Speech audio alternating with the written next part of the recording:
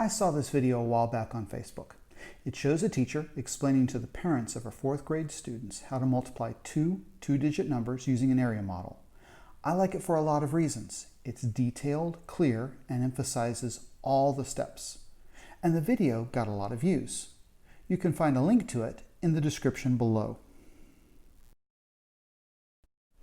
Then I saw this reaction video, which also got a lot of views.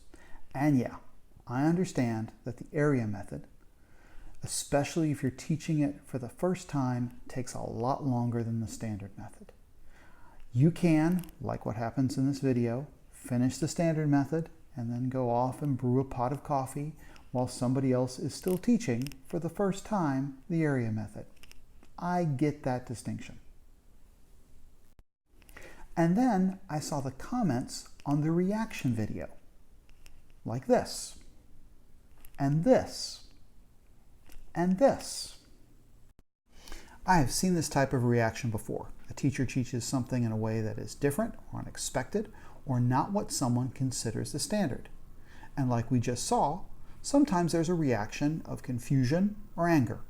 So in this video, I want to explore and explain why teachers teach different methods. Reason 1, math education is developmental. You probably know that you can't learn math in any order you wish.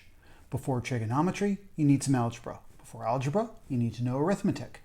And you probably know that students learn about natural numbers first, then fractions and decimals, then negative numbers, and then irrational numbers. You need to develop some math concepts before you learn new ones. Let's take the example of multi-digit multiplication. Using the standard method, as shown here, is a Common Core standard. I will repeat that. Common Core requires 5th graders to use the standard method for multi-digit multiplication. But to learn that method, students need to understand basic multiplication, multi-digit addition, and multiplying a multi-digit number by a single digit. That's a lot to put into one algorithm, and teachers need to make sure that those methods are understood before teaching the standard method. Our 4th grade teacher is using the area model to develop that understanding. You can even see how the 4 partial products she creates turn into the 2 partial products used in the standard method. She's developing the basic understandings students will need in 5th grade. Here's another way to phrase what's going on. The area method isn't meant to be a replacement for the standard method. It's meant to lead to the standard method. Reason 2, math education emphasizes connections. I've said several times that the original video shows the area method. That's because the teacher draws rectangles and uses the area formula, length times width, to find partial products. She uses geometry to carry out an arithmetic problem. Many people think of mathematics as a set of unrelated tools, but mathematics is actually full of connections, and understanding those connections can strengthen a student's mathematical skills.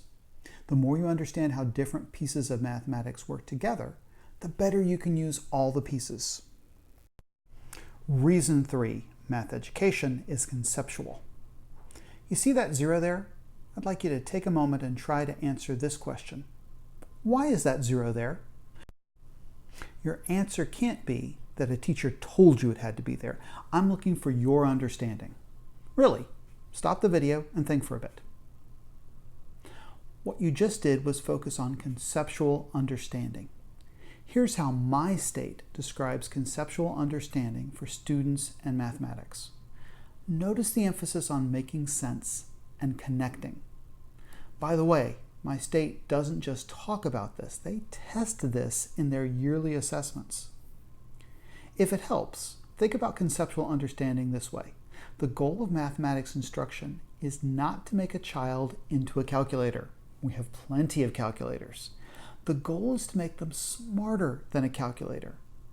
That means they can determine when a calculation mistake has been made, explain to others how a piece of mathematics was done, understand the assumptions of a mathematical model, apply mathematics they have learned to a totally new situation, and much, much more.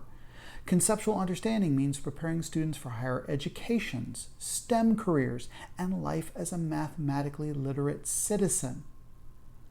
But if all you know is the same as what a calculator knows, and you have no conceptual understanding, everything I just said is so much harder. Reason 4, math education is developmental. Yes, I know we did this already, but now instead of looking back at what we needed to understand the standard method, I want to look forward. What does the area method for multiplication prepare a student to do? First off, look at the top row of the table. What you're seeing there is an example of the distributive property.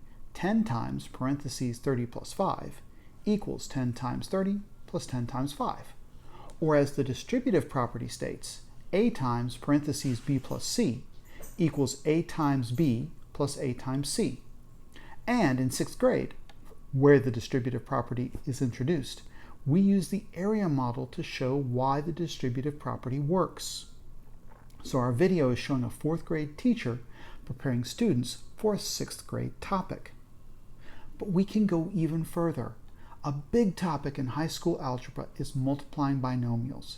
You might recall using a method called FOIL to do this, but one way to introduce the concept and carry it out is the area model. You can see that the same idea from a 4th grade class is used to multiply expressions with variables. There's even a common manipulative called algebra tiles that uses this idea of area to motivate polynomial arithmetic. Yes, you can extend the standard method for multiplying multi-digit numbers into a method for multiplying binomial expressions. It's called the vertical method. However, it's much less common than the area method, and from what I've seen, less likely to be found in high school textbooks. So, what our 4th grade teacher is using sets up students for concepts in 6th grade and Algebra 1.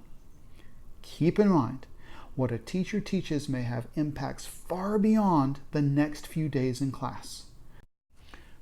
So, the next time you see a mathematical method that looks different, ask yourself, is this method leading students to a standard method? Could this be helpful for developing some other mathematical understanding? Does this approach help with conceptual understanding? Will a student see more connections in mathematics from using this method? And if you are still unsure, ask a math teacher. Thanks for listening.